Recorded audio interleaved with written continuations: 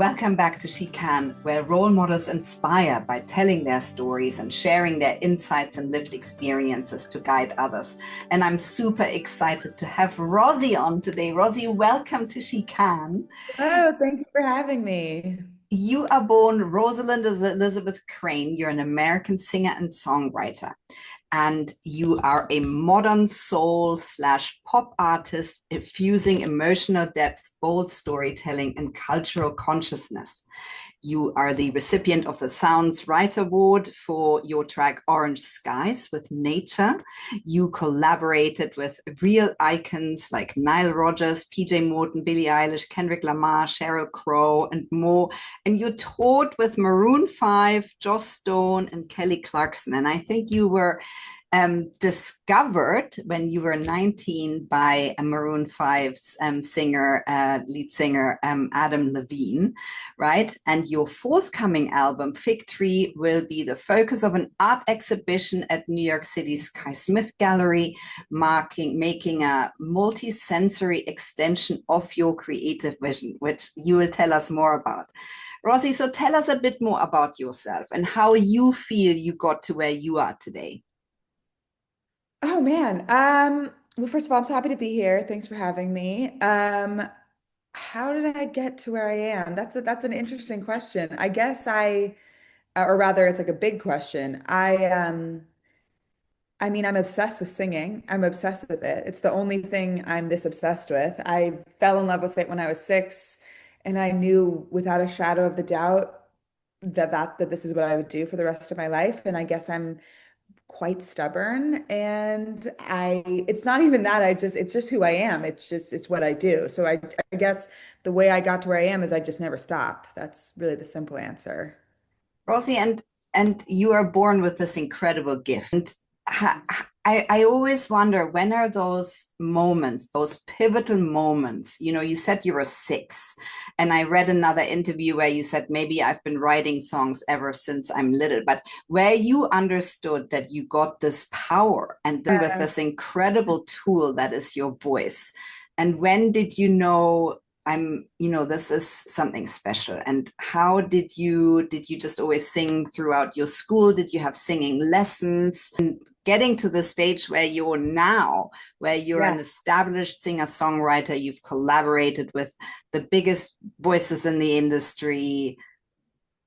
Yeah. I mean, I think that there's a few moments that come to mind. There was like, I sang in this talent show when I was 6 years old, and that's when I had this sense that this is who I am. And that Mm, um, didn't necessarily translate to me being, I mean, I definitely could always sing. Like if you see videos of me as a kid, it's clear that I'm a performer and like I can sing on tune and everything. But it's not that I wouldn't necessarily say that other people were convinced yet, but at that age, that's just a feeling of knowing yeah. that it's never really happened to me again in my life. It was like it really felt like being struck by lightning.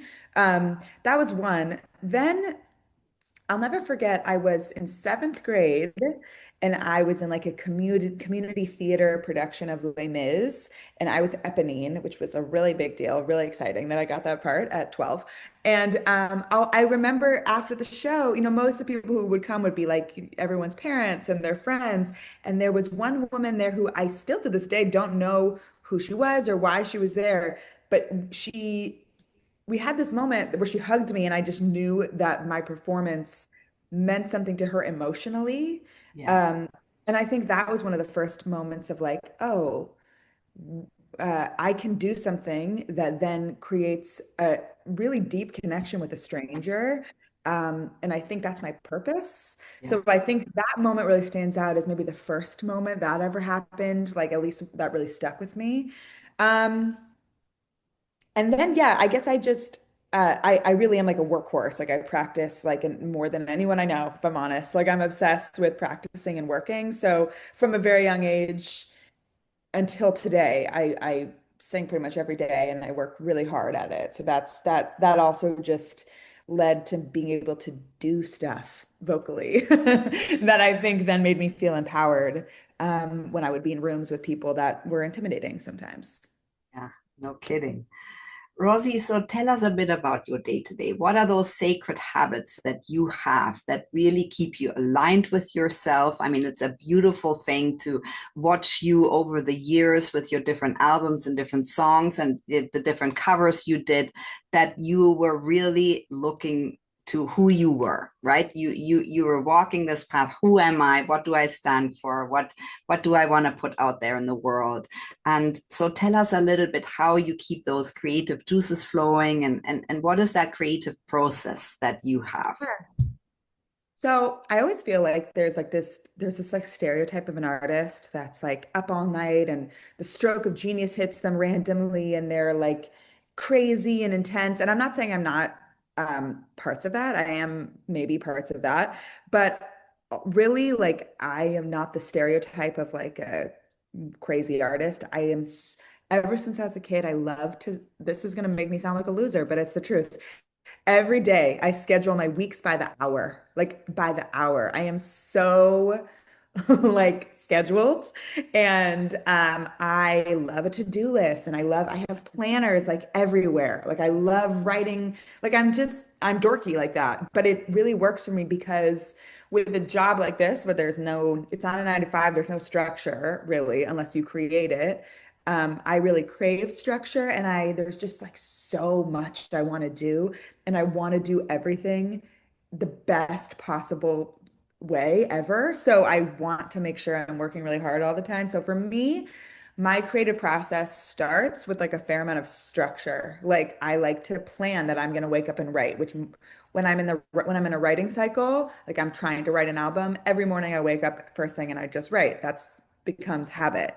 Um, and then, there's other stuff like I do these little singing breaths every day. And I love to read and I love to read while I do my breaths and like massage my jaw. And then I warm up every day pretty much. And when I'm home in LA, I always try and like play my piano and play my guitar every day. But every day is different because of what the nature of my job is. Hence my intense need to schedule it to the Yeah.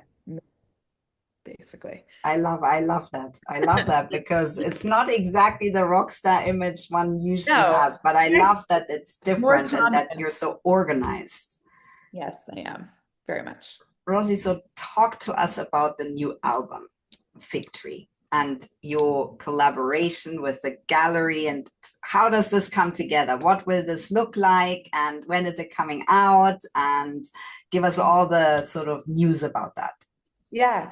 So Fig Tree is my new album. I'm so excited for everyone to hear it. I made it with this incredible producer whose name is Maki, and he's produced all the Feist records, and I'm a big fan of him as an artist. And we made this record in LA, and it was the most satisfying, fun, creative experience of my life, honestly.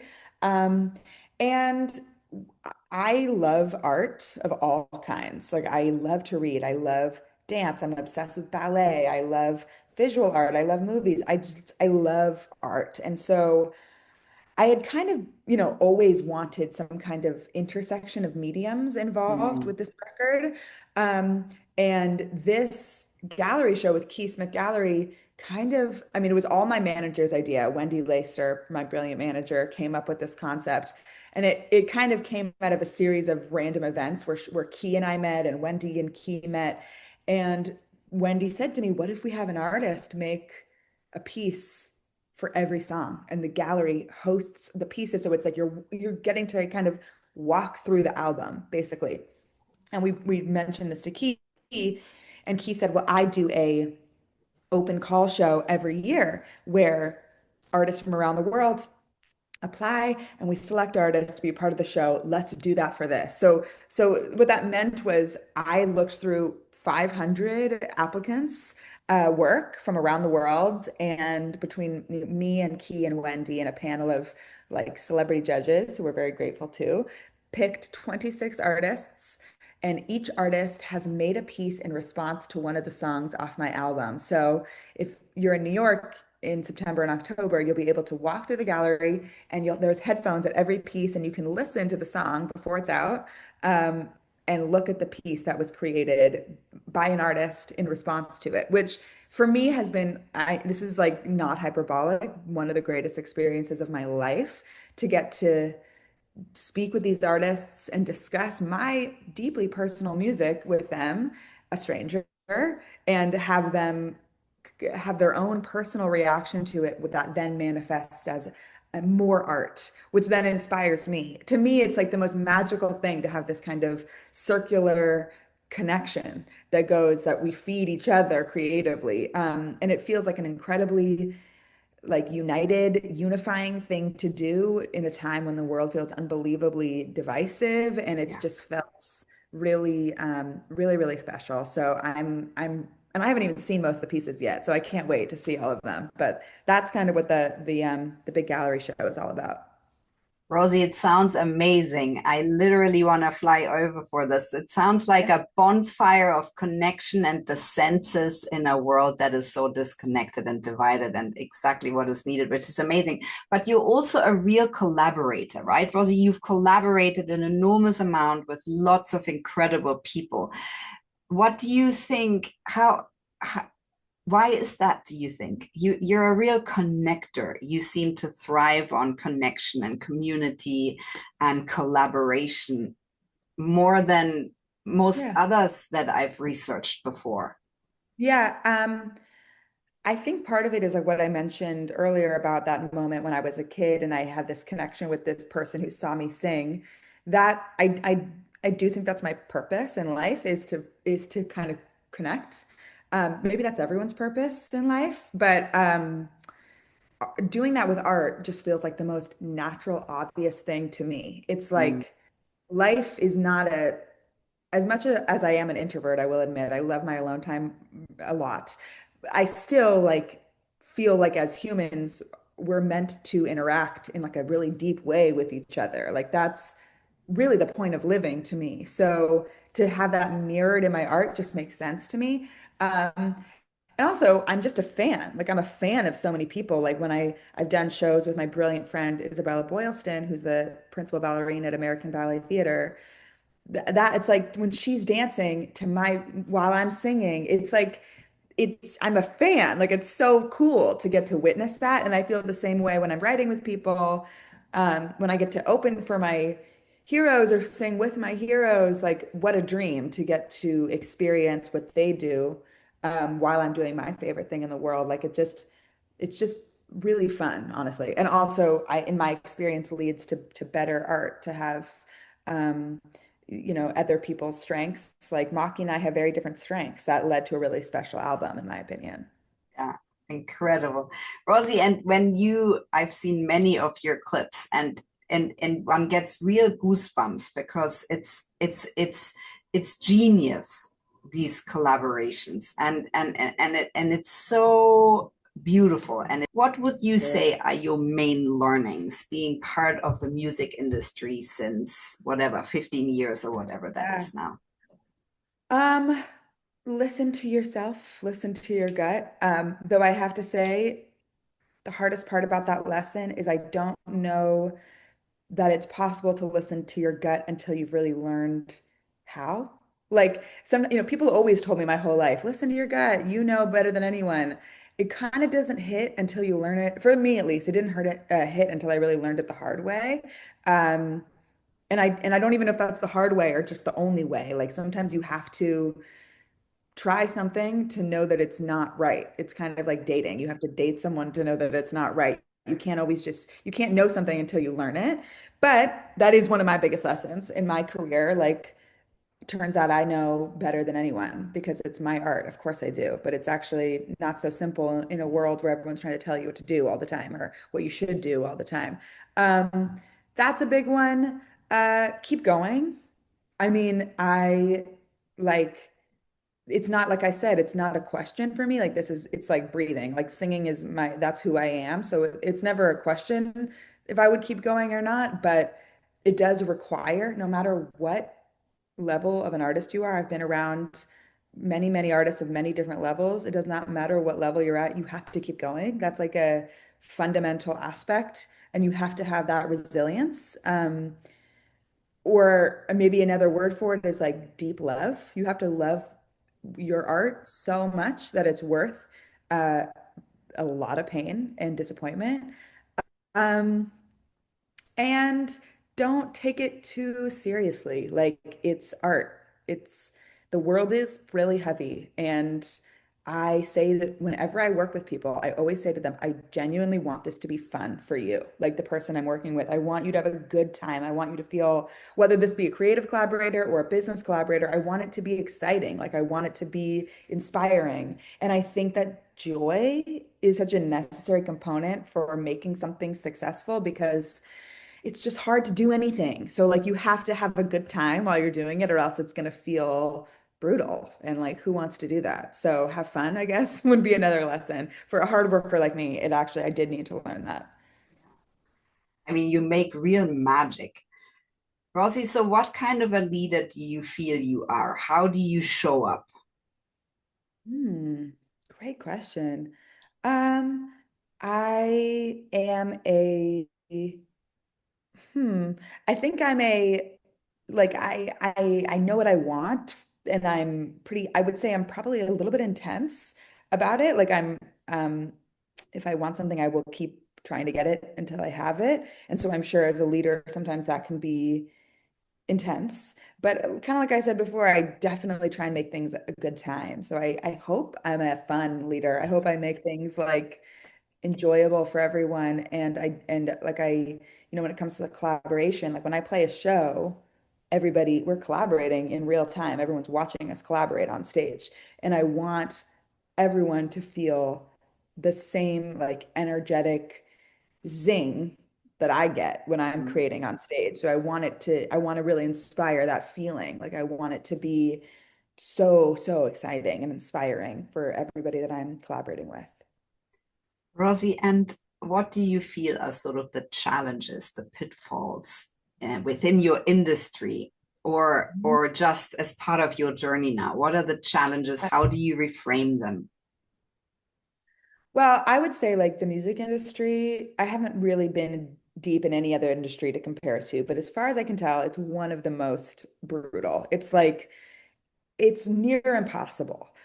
So the first thing I'd say is be prepared for challenges. Like that's like maybe don't even I try and when you ask how do I reframe them, I try and think of them. I don't even it's just what it is. Like it's really impossible to have a successful career as a musician. It's near impossible.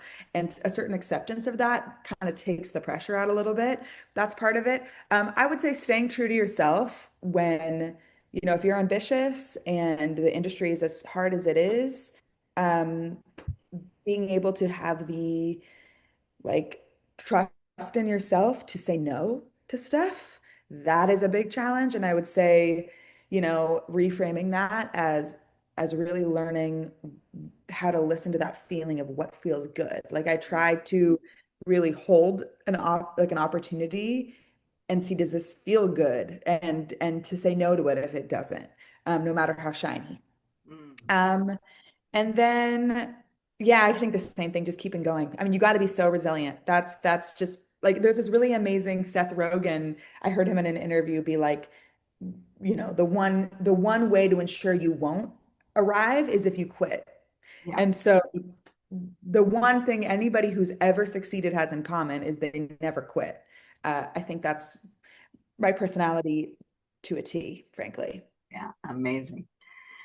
Rosie, so tell us a little bit about your plans and goals. What's your really big vision? And I know it's hard, and it's especially hard to be a girl in that industry. That's the next question, but more about those plans and goals that you set for yourself. Yeah.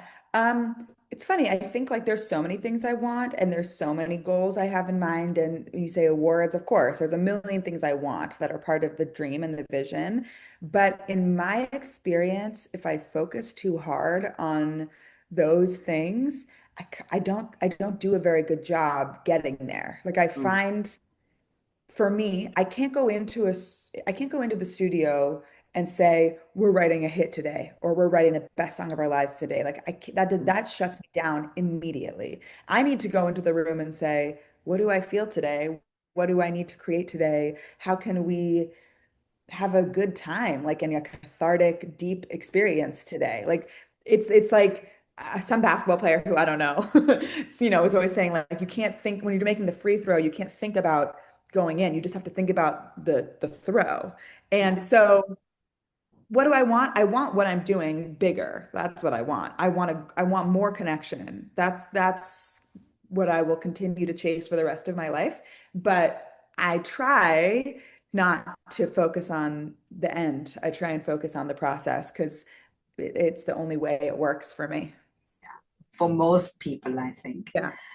Rosie, so what is it like to be a girl or a woman in your industry and growing up as a young girl in that industry? Yeah, it's hard. It's there's like a lot of, there's the obvious stuff, there's the big scary stuff that, most girls in the music industry at some point will come face to face with. But there's also, in my experience, even more pervasive is like just the subtle internal, the way the patriarchy is baked into all of us, including yourself. Like you have a tendency to defer, I think. I think when I was younger, there's an inclination to seek approval from like the powers that be, who were generally men. And that is complicated to untie and unravel in your mind, because it kind of lives inside of everybody. So everybody's kind of, it's an uphill battle trying to not see the world through that lens. Um, so that's been the hardest part for me. And it kind of all ties together with me learning how to trust my own voice. Because when there's an inclination to defer, you end up accidentally disregarding your own incredible instincts. And that's like female intuition, I think, is a superpower, frankly.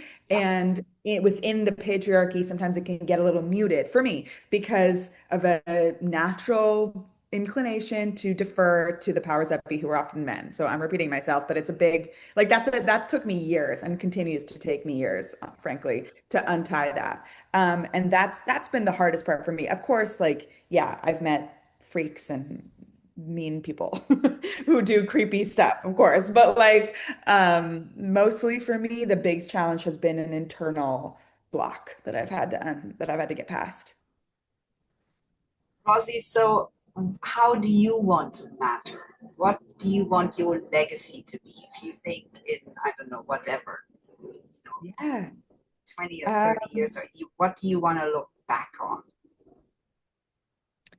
I think it's just that feeling of connection, like when like I said, I'm a fan. I'm a big fan of art and more than anything, music. Like music is the love of my life. And so when I listen to Stevie Nicks, when I listen to Joni Mitchell, when I listen to Ariana Grande, whatever, like they do something to me Yeah. that changes me in the most beautiful, magical way. And it like soundtracks my life, builds my memories, builds my relationships. Like music is foundational to who I am as a person. Like as a fan, it's foundational.